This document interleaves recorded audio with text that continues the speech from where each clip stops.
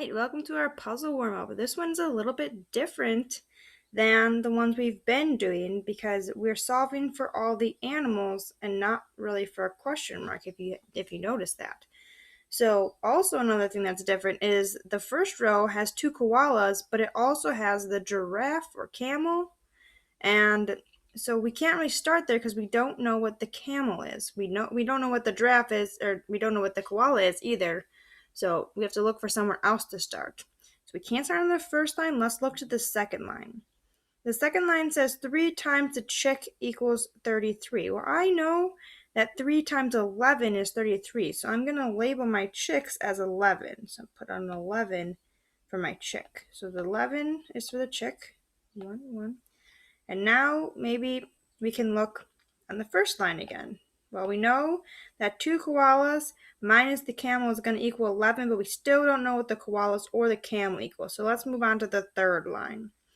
So the third line says the chick, which we now know is 11, minus the gorilla is going to give us 7. Well, I can do that. 11 minus what is 7? Well, I know that 11 minus 4 is 7, so the gorilla must be worth 4. Here's my gorilla over here. All right, so now we know the chick and we know the gorilla. Still can't do the first line because we don't know the koala or the camel. So moving on to the fourth line, it says koala minus 3 is going to give us 4.